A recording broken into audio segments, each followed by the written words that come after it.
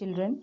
So we read about Kalam's three childhood friends, Ramanda Sastry, Shiprakash, and Arvindan. He also told how his new teacher treated him in the class by asking him to shift his seat to the last desk as he could not digest that a Muslim boy was sitting with the son of a Hindu priest. And he also told that when he was shifting his seat, his friend Ramanda Sastry, how he shed tears, and which left a lasting impression on him. So now let us continue. After school, we went home and told our respective parents about the incident. So whatever had happened in the school, when the school was over, they went and told the whole story, told the whole episode to their parents. And Lakshmana Sastry summoned the teacher and in our presence told the teacher that he should not spread the poison of social inequality and communal intolerance in the minds of innocent children.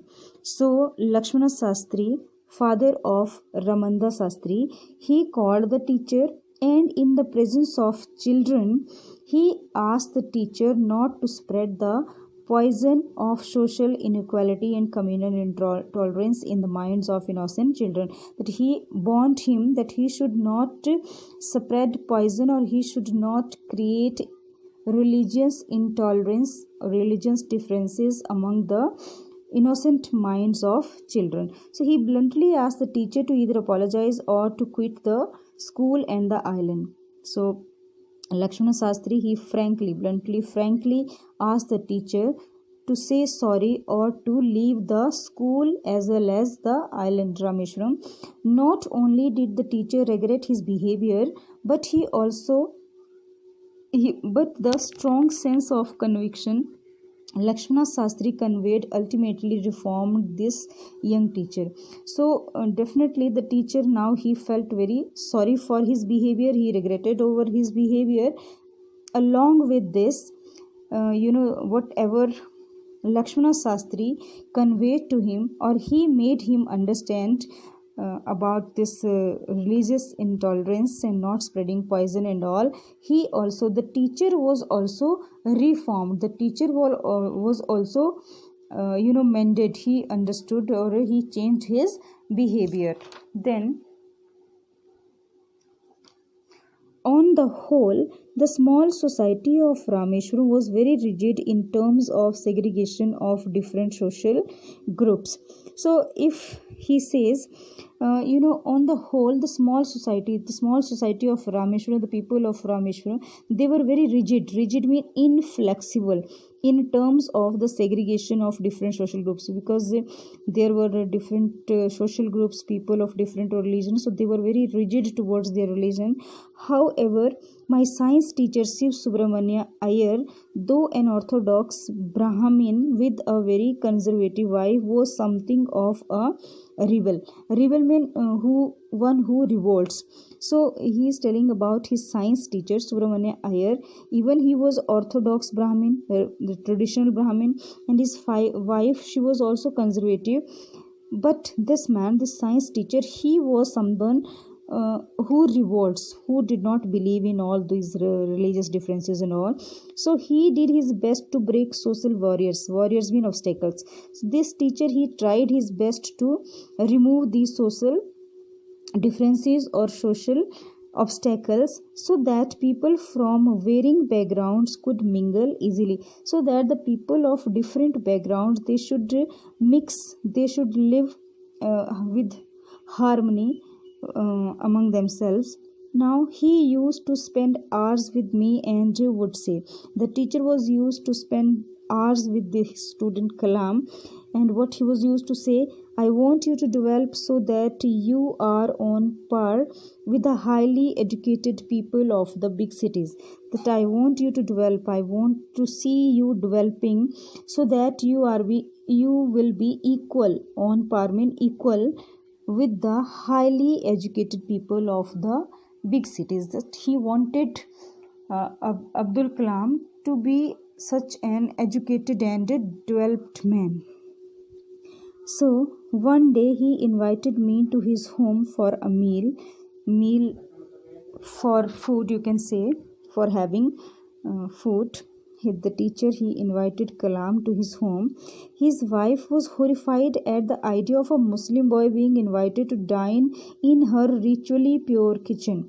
Ritually pure kitchen mean, it was kept protected from all outsiders. No outsiders or outside influence was allowed there.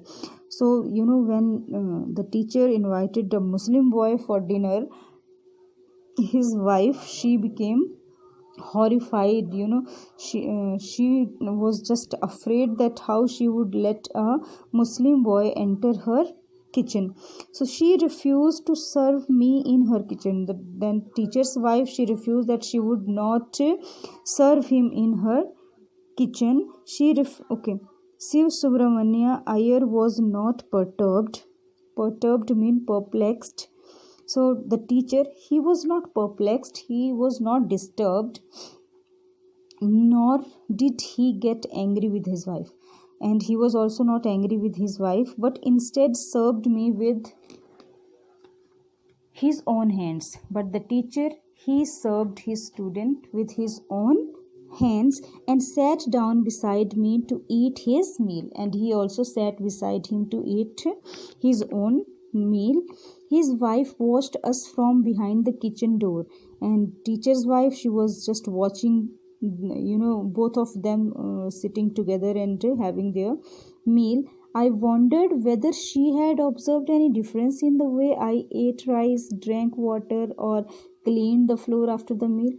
And Abdul Kalam, because he was a child that time, so he was surprised to see whether that lady, the teacher's wife, whether she was noticing any difference the way he ate rice, drank water, or cleaned the floor after his meal. When I was leaving his house, Shiv Subramanya Iyer invited me to join him for dinner again the next weekend. So when he was leaving, the teacher invited him to join him for dinner again the next weekend. Observing my hesitation, he told me not to get upset, saying once you decide to change the system, such problems have to be confronted. So, the teacher, he was understanding his hesitation. So, he asked him not to get upset and said, once you decide to change the system. So, whenever you decide to change the system, this type of problems, such problems have to be confronted. These problems you have to face the problems to bring a change in the mentality of the people. When I visited his house the next week, Shiv Subramanya Iyer's wife took me inside her kitchen and served me food with her own hands. So whenever next week he visited the teacher's house, Shiv Subramanya Iyer's wife, she took him inside her kitchen and served food with her own hands, because she also understood that all humans are equal. There is no difference among human beings. So that's all for today. Rest we'll do later.